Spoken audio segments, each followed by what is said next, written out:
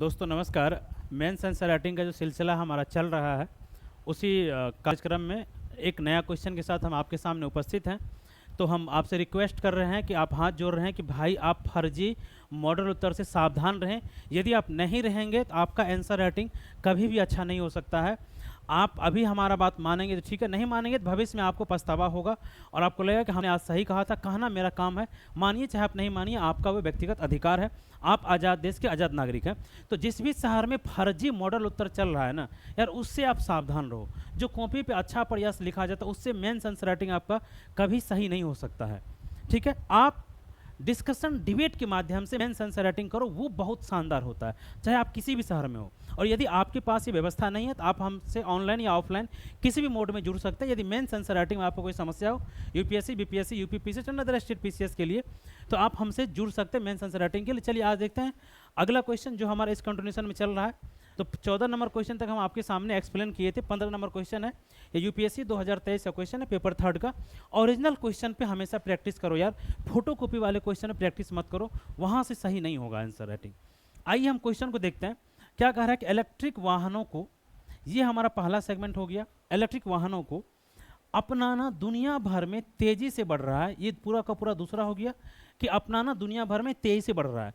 ये आपको यूपीएससी ने स्टेटमेंट दिया, यहाँ से पे नहीं पूछा गया आपसे कि क्या ये सही है या गलत है, नहीं, आपसे कहा जा रहा है कि ये हो रहा है, अपनाया जा रहा है। आप भी कहेंगे सर बात तो सही है, लेकिन देखिए क्वेश्चन आगे क्या कह रहा है कि कार्बन उत्सर्जन को, ये हमारा तीसरा सेगमेंट हो गया, कम करने में, ये चौथा सेगमेंट हो गया, इलेक्ट्रॉनिक वाहन कैसे योगदान करते हैं। तो क्या इलेक्ट्रिक वाहन पांचवा सेगमेंट हो गया और कैसे योगदान करते हैं छठा सेगमेंट हो गया।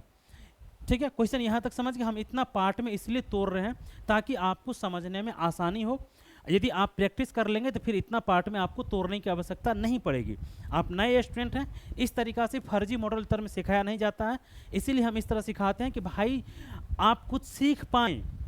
ठीक है, चलिए फिर कह रहा है कि पारंपरिक दहन इंजन, ठीक है, पारंपरिक दहन इंजन वाहनों की तुलना में, यहां तक ले लीजिए, ये हो गया हमारा सातवां सेगमेंट।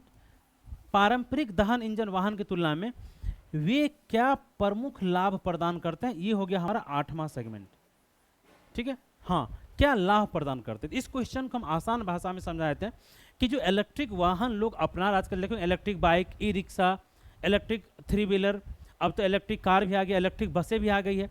तो ये जो लोग अपना रहा है वो तेजी से बढ़ रहा है। तो कार्बन उत्सर्जन को कम करने में ये कैसे मदद करता है, पहला।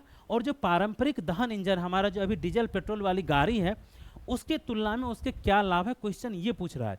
लेकिन क्वेश्चन में हम आपको एक चीज़ बता दें, यहाँ आप गलत कर सकते हैं, गलत करने की संभावना काफ़ी अधिक है। तीसरा सेगमेंट देखिए, यहाँ पे सिर्फ लिखा है कार्बन उत्सर्जन। जब यदि आप डीजल गाड़ी चलाते हैं, पेट्रोल गाड़ी चलाते हैं, तो कार्बन के साथ वहाँ पे सल्फर, लेड, ठीक है, मोनोऑक्साइड, अन्य प्रकार के गैस भी निकलते हैं, जिसको हम लोग कंप्लीटली ग्रीन हाउस गैस कहते हैं। ठीक है, लेकिन यहाँ पे आपसे स्पेसिफिक कार्बन पे क्वेश्चन पूछा गया है।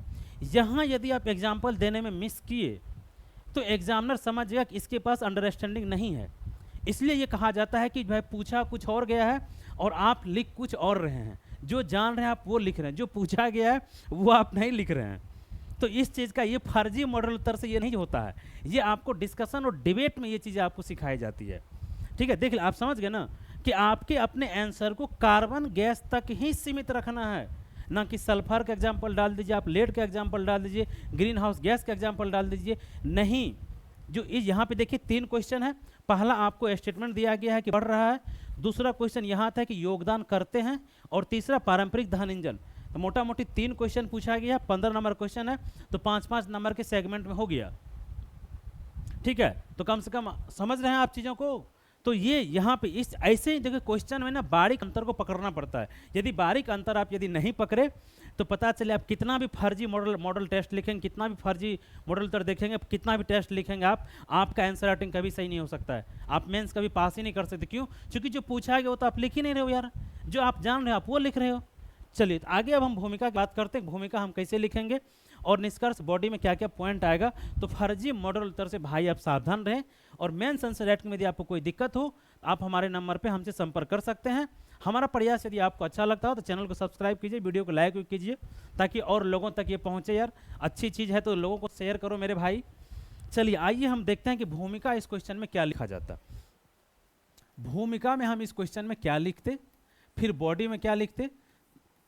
तो देखिए इस क्वेश्चन का जो एक मेन पॉइंट है जिसके इर्द गिर्द क्वेश्चन घूम रहा है वो क्या है, इलेक्ट्रिक वाहन।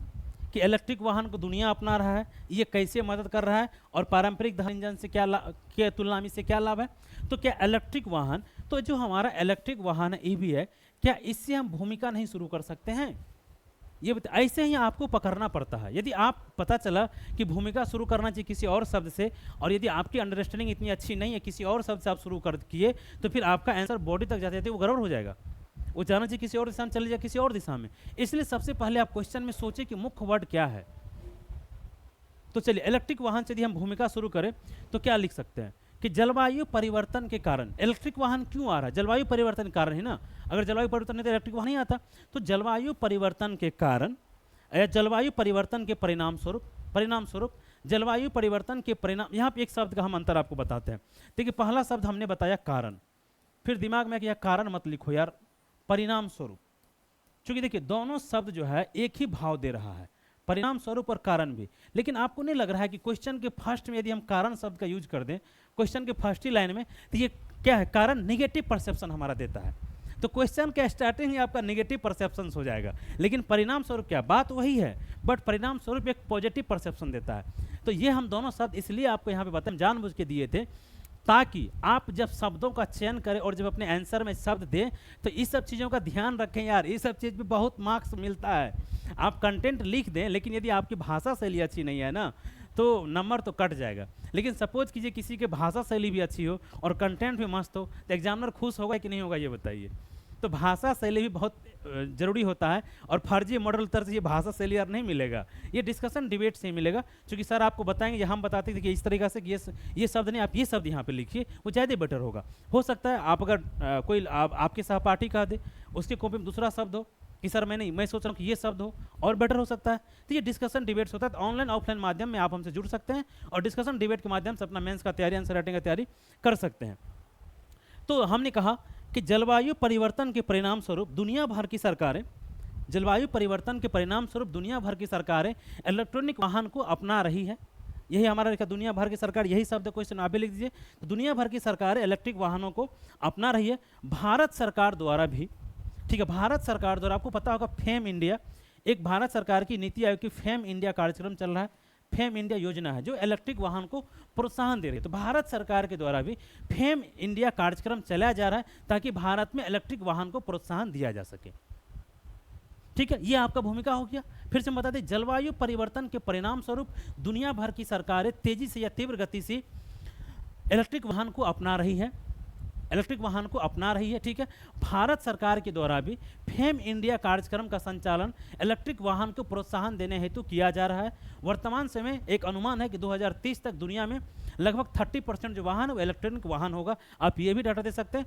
चाहे एक भारत सरकार का एक रिपोर्ट है कि भारत में लगभग 30 से 40% जो हमारा स्कूटर है, जिसको हम लोग स्कूटी टाइप कहते हैं स्कूटर, वो जो है इलेक्ट्रिक हो चुका है। और लगभग ओवरऑल यदि हम बात करें तो 20% जो व्हीकल है वो इलेक्ट्रॉनिक व्हीकल हो चुका है। चाहे आप बस की बात करें या 3 व्हीलर की बात करें, ई रिक्शा की बात करें, इन सबको मिलाकर लगभग 30% है। तो आप ये डाटा दे सकते हैं, नहीं भी दे सकते हैं, लेकिन भूमिका आप समझ गए होंगे कि भूमिका में क्या लिखना था। आइए अब हम बात करते हैं बॉडी का, कि बॉडी में क्या लिखना है। यहाँ पे बॉडी, हमने कहा कि बॉडी बहुत चुनौतीपूर्ण है, तो भूमिका समझ गए। आइए हम लोग बॉडी की बात करते हैं।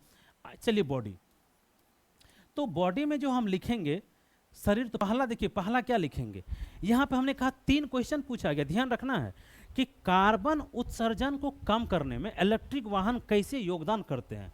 तो सबसे पहला जो हमें सब हेडिंग बनाना है वहां लिखना है कार्बन उत्सर्जन, ठीक है, को कम करने में योगदान। हमने ये सब टॉपिक बनाया और इसको हम अंडरलाइन किए।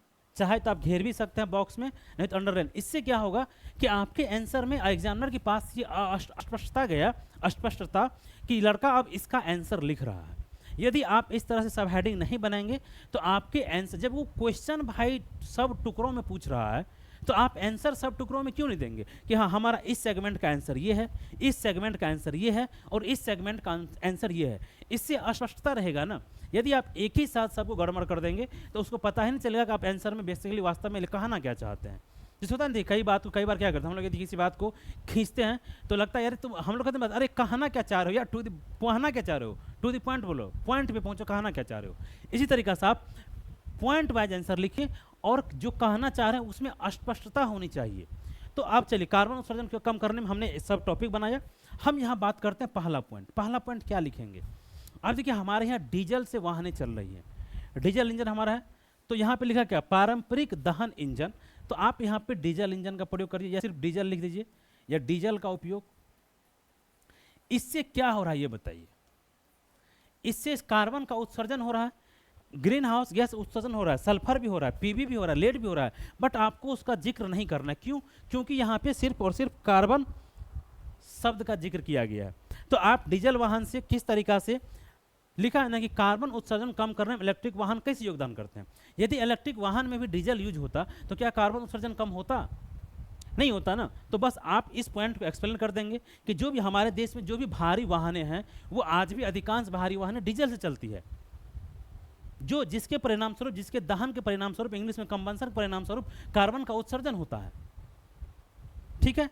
और यदि इसके स्थान पर हम इलेक्ट्रिक वाहन का डेवलपमेंट करते, विकास करते हैं तो कार्बन उत्सर्जन में कमी लाया जा सकता है, कमी हो सकती है। आपने पहला पॉइंट लिख दिया, एक्सप्लेन कर दिया। चलिए दूसरा पॉइंट की यदि हम बात करें, दूसरा पॉइंट हमारा पेट्रोल इंजन है। अधिक बहुत सारी जो व्हीकल्स है, जो हमारा 2 व्हीलर है, 4 व्हीलर भी है, वो किससे चलती है? पेट्रोल से। क्या पेट्रोल से CO2 नहीं निकलता है? क्या कार्बन निकलता है ना।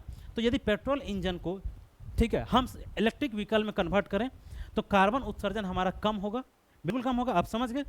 तो दूसरा पॉइंट आप इसे एक्सप्लेन कर देंगे। तीसरा पॉइंट की बात हम करते हैं, आइए। तीसरा पॉइंट है ऊर्जा दक्षता, एनर्जी कैपेसिटी। इंग्लिश वाले एनर्जी कैपेसिटी लिख लेंगे, हिंदी वाले ऊर्जा दक्षता। क्या? देखिए जो डीजल इंजन है ना, जो डीजल इंजन है उसमें 25-30% के आसपास तक ही, अगर हम कम करें इसको तो 15% तक भी आ जाता है। 20 से 30% डीजल ही जल पाता है, बाकी वो प्रदूषण के रूप में निकल जाता है, CO में, सल्फर में, पीबी में, अन्य में। जो इसका ऊर्जा दक्षता, यदि आप 1 लीटर डीजल उसमें डालें तो उसका 30 मैक्सिमम 30% ही जो है, या 25% ही जो है वो एनर्जी प्रोड्यूस कर पाता है, और बाकी प्रदूषण के रूप में वायुमंडल में शामिल होता है, एटमॉस्फेयर में, हवा में, एयर में शामिल हो जाता है। ठीक है। लेकिन जो इलेक्ट्रिक व्हीकल है ना, इलेक्ट्रिक व्हीकल भी 100% नहीं कर पाता है, ये लगभग 77%, मान लीजिए राउंड फिगर में 80%, ये 80% तक कंबंशन करता है ऊर्जा दक्षता। यदि आप 1 यूनिट बैटरी चार्ज किए हैं तो उसका लगभग 77% जो वो एनर्जी देने में खर्चा हो जाता है, वो एनर्जी देता है। तो यही, जैसे आप सिंपल अगर एक चीज़ एग्जांपल आपको याद हो, गांव में पहले क्या होता था ना कि वो टीवी चलता था बैटरी से, बैटरी चार्ज करता था, टीवी चलता था। तो बैटरी क्या होता, टीवी एक सीमा तक चलता था, उसके बाद ही बैटरी थोड़ी बहुत चार्ज हुई थी, ऐसे नहीं बिल्कुल जीरो, थोड़ा बहुत चार्ज है, बट उस पर टीवी नहीं चल पा रहा है। देखते होंगे वो जो पिक्चर आता था वो कटने लगता था कि बैटरी चार्ज नहीं आ रहा, इसको बंद कर दो। तो ये क्या है कि 77% जो है वो ऊर्जा दक्षता देती है, बाकी वो चार्ज रहता है, लेकिन उससे इलेक्ट्रिक वाहन नहीं चलती है। तो ऊर्जा दक्षता में यदि सुधार होगा तो क्या इसके परिणाम स्वरूप जो है हमारा कार्बन उत्सर्जन कम होगा कि नहीं होगा? आप ये बताइए। कहेंगे बिल्कुल हो जाएगा। तो समझ गए पूरी तरीका से कि कैसे कम होगा। अब हम चलते हैं नेक्स्ट स्टेप पे। जो अगला सवाल है हमारा, क्या कह रहा है कि देखिए इसमें बहुत सारा वायु गुणवत्ता में सुधार आएगा, तो ये सब उसका परिणाम है, ये सब नहीं लिखना है। आपसे परिणाम नहीं पूछा गया है कि इलेक्ट्रिक वाहन अपनाने के क्या क्या परिणाम है, क्योंकि हम बहुत सारा क्वेश्चन आंसर देख रहे थे, कुछ लोगों ने बताया वो परिणाम में बहुत अधिक फोकस कर दिया था। परिणाम जबकि आपसे नहीं पूछा गया है, पूछा गया है सिर्फ कैसे मदद करेगा। अगर ये पूछता है इलेक्ट्रॉनिक वाहन अपनाने के परिणाम क्या होंगे, तब आप लिखते वायु गुणवत्ता में सुधार, ग्रीन हाउस गैस में कमी, सल्फर में कमी, कार्बन उत्सर्जन में कमी। ये नहीं पूछा गया है। ऐसे आप ध्यान रखेंगे, यदि नहीं रखेंगे तो एग्जामिनर आपका ध्यान अच्छे से रख लेगा। ठीक है। चलिए अगला क्वेश्चन क्या कह रहा है कि पारंपरिक दहन इंजन वाहनों की तुलना में क्या प्रमुख लाभ है। तो हमने एक सब टॉपिक बनाया, फिर दूसरा हमारा प्रमुख लाभ। हमने एक सब टॉपिक बनाया क्या, प्रमुख लाभ। चलिए प्रमुख लाभ क्या होगा हमारा ये बताइए। अब देखिए कार्बन वाला पॉइंट तो हम ऊपर ऑलरेडी लिख चुके हैं, ग्रीन हाउस गैस वाला पॉइंट हम ऊपर लिख चुके हैं, तो कार्बन वाला पॉइंट तो उसको आप छोड़िए, अगर उसको आप ग्रीन हाउस गैस के रूप में दोबारा लिख सकते हैं, लेकिन ज़्यादा बेटर नहीं होगा, थोड़ा सा वो रिपीटेशन टाइप हो जाएगा। तो देखिए जो क्या है हमारा, सबसे पहली बात है हमारा इम्पोर्ट, आयात। आज हम जो है अधिकांश पेट्रोलियम प्रोडक्ट जो है कच्चा तेल वो आयात करते हैं, ठीक है, करते हैं या नहीं करते, वेस्टर्न सॉरी ईरान इराक से, समझ रहे हैं आप। तो आप क्या लिख देंगे, हमारा भारत सरकार का लक्ष्य है कि 2047 तक हमें एनर्जी आत्मनिर्भर, एनर्जी इंडिपेंडेंट, ऊर्जा आत्मनिर्भरता प्राप्त करना है। तो क्या आयात कम होगा कि नहीं होगा, इसी को आप एक्सप्लेन करेंगे तो जोड़ दीजिएगा। इससे हमारा जो विदेशी मुद्रा इंपोर्ट पे खर्चा करना पड़ता है वो इसका सकारात्मक लाभ होगा, वो होता है अप्रत्यक्ष लाभ। लेकिन प्रत्यक्ष लाभ क्या है, आपको ये कम करना पड़ेगा, जो आप कच्चा तेल आयात करते हैं, इंपोर्ट करते हैं, वो कम करना पड़ेगा, ठीक है। दूसरा क्या होगा ये बताइए, जो हमारा पारंपरिक दहन इंजन है उसके तुलना में ये कैसे मदद करेगा। हमने इंपोर्ट का चर्चा कर दिया। साउंड पॉल्यूशन, अब देखिए तो क्या हम लिख सकते हैं, साउंड पॉल्यूशन लिख सकते हैं, साउंड पॉल्यूशन कहेंगे जी, तो लिख दीजिए साउंड पॉल्यूशन क्या होता है, ध्वनि प्रदूषण, हाँ हिंदी ध्वनि प्रदूषण आप लिख लीजिए। क्या आप देखिए जब जो वो डीजल पेट्रोल वाली गाड़ी होती है, एक्सीलेटर देके भूम भूम मार रहा होता है, कितनी साउंड आती है उससे। और अगर वही इलेक्ट्रिक वाहन देखिए, पता ही नहीं चलेगा कब आपके पीछे सट गया। तो क्या साउंड पॉल्यूशन उससे कम होगा कि नहीं होगा, ये पूछ रहे। देखिए क्या कह रहा है कि तुलना में क्या प्रमुख लाभ प्रदान करती है, यहाँ कोई स्पेसिफिक नहीं पूछा गया, पूछेगा प्रमुख लाभ बताइए। तो साउंड पॉल्यूशन कम होगा या नहीं होगा, आप इसको एक्सप्लेन कर लेंगे, बिल्कुल एक्सप्लेन कर लेंगे। चलिए तीसरा पॉइंट यदि हम देते हैं तो क्या होगा ये बताइए, जिसे मेंटेनेंस खर्च होता है। आप देखिए जो हमारा डीजल इंजन होता है उसमें मोबिल डालना पड़ता है, मोबिल फिल्टर डालना पड़ता है, एयर फिल्टर डालना पड़ता है, ठीक है, कई तरह की समस्या उसमें होती है। तो उसके लिए क्या हम लोग बात करते हैं मेंटेनेंस खर्च। तो जो डीजल इंजन का मेंटेनेंस खर्च है ना, वो इलेक्ट्रिक व्हीकल की अपेक्षा अधिक है, ठीक है। तो यहाँ पर आप लिखिए कम परिचालन लागत, आप इंग्लिश वाले मेंटेनेंस एक्सपेंडिचर आप लिख सकते हैं। तो कम परिचालन, ठीक है, लागत। तो इसमें क्या होगा, इलेक्ट्रिक वाहन का जो परिचालन लागत होता है वो कम पड़ता है, कम करता है। तो आप समझ गए तीसरा पॉइंट। चौथा पॉइंट, चलिए चौथा पॉइंट ले लीजिए, पांचवा पॉइंट जो भी हो हमारा। अब एक पॉइंट लीजिए आप जलवायु परिवर्तन, एक पॉइंट आप डाल दीजिए पूरा का पूरा जलवायु परिवर्तन। अब देखिए जो हमारे देश में ग्रीन हाउस गैस का उत्सर्जन होता है उसमें लगभग 30% योगदान वाहनों का होता है, जो मोटर गाड़ी है वाहन है उसका योगदान होता है। तो क्या आप यहाँ ये लिख सकते हैं ना कि जलवायु परिवर्तन जो हमारा हो रहा है इलेक्ट्रिक पारंपरिक दहन इंजन से, इसमें कमी आएगी। जो हमारा एसडीजी का लक्ष्य है, गोल है, गोल नंबर 13 क्लाइमेट चेंज, उसको हम प्राप्त कर सकते हैं। तो जलवायु परिवर्तन पे तो मुझे नहीं लगता कि इस पर एक्सप्लेन करने की आवश्यकता है यार, आप जानते हैं इससे कितनी तरह की समस्या आ रही है, मौसम परिवर्तन, बेमौसम बारिश, प्राकृतिक आपदाएं हो रही है, ठीक है। वह हमारा जो वायु प्रदूषण है, प्रदूषण हमारा जो एयर पोल्यूशन है, आप जानते हैं दिल्ली में क्या हाल रहता है, गाड़ी कारण दिल्ली का हवा कितनी गंदी होती है। तो आप इसको लिख सकते हैं, बिल्कुल आप जलवायु परिवर्तन में इन सब पॉइंट को आप एक्सप्लेन कर दीजिए। शुद्ध वायु आप लिख सकते हैं, वायु गुणवत्ता में सुधार भी आप लिख सकते हैं, बेशक आप लिख सकते हैं यहाँ पे वायु गुणवत्ता में सुधार। बट मेरा ये मानना है कि आप इतना पॉइंट मत बना के, क्योंकि आपके पास स्पेस बचेगा नहीं, 3-3 क्वेश्चन का आंसर देना है, तो इसके बाद निष्कर्ष भी आपको लिखना पड़ेगा। तो आप जलवायु परिवर्तन के पॉइंट को ही जब एक्सप्लेन करेंगे ना, तो उसमें इनको आप डाल देंगे, इससे वायु गुणवत्ता में सुधार आएगा। हमारा जो टेम्परेचर है, जो टेम्परेचर जो बढ़ रहा है, जो 1.5 डिग्री 2 डिग्री सेल्सियस पेरिस समझौता तक रखा गया था, उसमें कमी आएगी। तो इस पॉइंट को जब आप एक्सप्लेन करेंगे तो ये 3-4 फैक्ट उसमें डाल देंगे। तो उम्मीद करते जलवायु परिवर्तन वाला आप समझ गए होंगे इसको कैसे एक्सप्लेन करना था। अब आते हैं तो क्वेश्चन समझ गए, मतलब 3-4 पॉइंट मैंने उधर बताया और 4-5 पॉइंट इधर बताया। तो हमने क्या कहा कि आंसर बैलेंस में होना चाहिए। यदि आपका आंसर बैलेंस में नहीं होगा तो उम्मीद है कि थोड़ा समस्या हो जाएगा। क्यों समस्या हो जाएगा, कोई एक पॉइंट पे आप अधिक लिखे और दूसरे के साथ आप जस्टिस ना किए तो थोड़ा दिक्कत है ना। इसलिए आंसर बैलेंस में होना चाहिए था कि यदि 1.5 शब्द में पूछा गया 2.5 शब्द में, तो 50 आप भूमिका और 50 आप निष्कर्ष, मतलब 50 शब्द में ही भूमिका निष्कर्ष, 20-25 शब्द आप भूमिका और 20-25 शब्द निष्कर्ष ले लीजिए। और कम से कम 100 शब्द, 100 नहीं हो तो कम से कम 90 और 110 इसके आसपास होना चाहिए था, आप उसको डिवाइड करेंगे, इसलिए 4-5 पॉइंट उधर था, 4-5 पॉइंट हमने आपको इधर दिया, लगभग 8-9 पॉइंट हो गया। यदि आप एक्सप्लेन करेंगे 8 पॉइंट को भी, और यार यदि 30-30 शब्द भी करेंगे तो 8 या 24 240 हो गया नहीं यार, आपको 30 से कम करना पड़ेगा, लगभग 20, 8 दूनी 16, 160, ठीक है। तो 20 शब्द से थोड़ा अधिक, मतलब क्या 2 से 2.5 लाइन, तो उससे अधिक तो हम आपको कंटेंट दे दिए हैं। तो चलिए समझ गए होंगे आप पूरी तरीका से। आइए अब हम लोग निष्कर्ष की बात करते हैं। तो फिर से बता दें, फर्जी मॉडल उत्तर से आप सावधान रहेंगे, यदि आप नहीं रहेंगे तो इसका खामियाजा आपको भुगतना पड़ सकता है।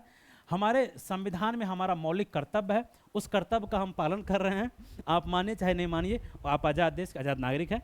और मेन सेंस राइट में यदि आप कोई दिक्कत हो तो आप हमसे संपर्क कर सकते हैं, इसी मेथड से हम पढ़ाते हैं यार, एक एक समझा के। चलिए निष्कर्ष क्या लिख सकते हैं ये बताइए। यहाँ देखिए ये क्या है ना, ये निष्कर्ष आपको फ्यूचरिस्टिक निष्कर्ष देना पड़ेगा, भविष्य उन्मुखी से हम लोग कहते हैं, क्योंकि ये एक समस्या हमारे यहाँ भी आने वाली है, ये समस्या आने वाली है, इसे आपको लगातार कुछ वर्षों तक डील करना पड़ेगा, ठीक है। इसीलिए यहाँ पर आपको सुझाव टाइप कुछ निष्कर्ष देना पड़ेगा। तो निष्कर्ष में क्या होना चाहिए, देखिए अब आप कीजिए, जो हमारा इलेक्ट्रिक वाहन है, जो ईवी है, हमारा इलेक्ट्रिक वाहन है, ठीक है, इसको थोड़ा ध्यान से समझिएगा। और जो हम चार्जिंग स्टेशन बनाएंगे, चार्जिंग स्टेशन, ठीक है, जो हम चार्जिंग स्टेशन बनाएंगे, जो हम बैटरी चार्ज करेंगे, इससे क्या होगा, अभी जो हम बिजली प्रोड्यूस कर रहे हैं वो हम कोयला जलाई कर रहे हैं, क्योंकि रिन्यूएबल एनर्जी हमारे यहाँ अभी उतनी मात्रा में हुई नहीं है। अगर हम कोयला दहन से, आज भी हमारे यहाँ लगभग 50% जो एनर्जी है उससे अधिक, 55%, लगभग 60 भी कहा जाता है कि वो कोयला के दहन से ही आता है। हाँ, रिन्यूएबल एनर्जी पर हम लगातार काम कर रहे हैं। यदि इन वाहन को हम कोयला दहन के परिणाम स्वरूप जो बिजली हमें उत्पन्न होती है और उससे यदि हम इसको चार्ज करते हैं, तो क्या कोई परिवर्तन आएगा जलवायु परिवर्तन पे? क्योंकि एक तरफ आप कोयला जला के बिजली प्रोड्यूस कर रहे हैं, दूसरी तरफ आप इलेक्ट्रिक वाहन ले रहे हैं, तो बात तो बराबर हो गया ना, कि जितना आप इलेक्ट्रिक वाहन यूज करके घटा रहे हैं उतना तो कोयला दहन करके बढ़ा रहे हैं। क्योंकि जब इलेक्ट्रिक वाहन पूरी तरीक़ा से आ जाएगा, 50-60% पे आ जाएगा, तो एनर्जी की डिमांड बढ़ेगी ना, कि नहीं बढ़ेगी? तो आपको यहाँ पे सुझाव ये देना पड़ेगा कि इलेक्ट्रिक वाहन को हमें अपनाना चाहिए था, परंतु इलेक्ट्रिक वाहन को चार्ज करने हेतु जिस एनर्जी, जिस ऊर्जा या जिस बिजली का उपयोग किया जाता है वो नवीकरणीय ऊर्जा स्रोत से होना चाहिए था। यदि हम कोयला दहन के पश्चात बिजली प्रोड्यूस करके इलेक्ट्रिक वाहन को चार्ज करते हैं तो यहाँ ये हम सकारात्मक बातें नहीं होंगी, क्योंकि हम जितना इलेक्ट्रिक वाहन का यूज करके ग्रीन हाउस को या कार्बन को उत्सर्जन कम करेंगे, कोयला दहन के परिणाम स्वरूप हम फिर उतना उत्सर्जन को बढ़ा देंगे, तो इससे हमारे जलवायु परिवर्तन पर कोई सकारात्मक प्रभाव नहीं पड़ेगा। समझ गए? तो आपको निष्कर्ष में यही लाइन लेना है कि इलेक्ट्रिक वाहन को सरकार को बढ़ावा देना चाहिए था, बढ़ावा दिया जा रहा, आपको जो पॉइंट लिखना है, परंतु हमें इस बात का ख्याल रखा जाना चाहिए था कि इलेक्ट्रिक वाहन को चार्ज करने हेतु जो ऊर्जा का, जिस एनर्जी का उपयोग किया जा रहा है वह कोयला दहन के परिणाम स्वरूप नहीं होनी चाहिए था, वो एनर्जी नवीकरणीय ऊर्जा स्रोत से होनी चाहिए थी, ताकि जलवायु परिवर्तन पर इसका सकारात्मक प्रभाव पड़े। पूर्ण विराम। कंप्लीट हो गया आपका। या दुनिया को, अगर यहाँ पे दुनिया लिखा है तो आप दुनिया का भी जिक्र कर सकते हैं, दुनिया को इस बात को सुनिश्चित करना चाहिए था, लेकिन दुनिया आप नहीं लिखेंगे तो ज़्यादा बेटर रहेगा, क्योंकि दुनिया में बहुत जगह जो है नवीकरणीय ऊर्जा से एनर्जी, जैसे अमेरिका है, यूरोप की कंट्री है, वो काफ़ी टेक्नोलॉजी में विकसित है, विकसित तो हम नहीं है थोड़ा सा, तो आप या दुनिया को भी लिख सकते हैं, ठीक है, चूँकि बहुत सारे अल्पविकसित देश भी, आपको दोनों कोई खराब नहीं है, दोनों में से आप कोई यूज करें, जो आपको लिखने वक्त याद है वो आप लिख दीजिए, कोई दिक्कत नहीं। तो दुनिया भर में इस बात को सुनिश्चित किया जाना चाहिए था कि इलेक्ट्रिक वाहन के चार्ज हेतु जो ऊर्जा का हम या एनर्जी का, बिजली का उपयोग कर रहे हैं वो पारंपरिक, ठीक है, कोयला या पारंपरिक ऊर्जा के या पारंपरिक दहन के परिणाम स्वरूप नहीं होना चाहिए था, या कोयला दहन के परिणाम स्वरूप नहीं होना चाहिए था, वो नवीकरणीय ऊर्जा स्रोतों से होनी चाहिए थी, ताकि चलिए धन्यवाद।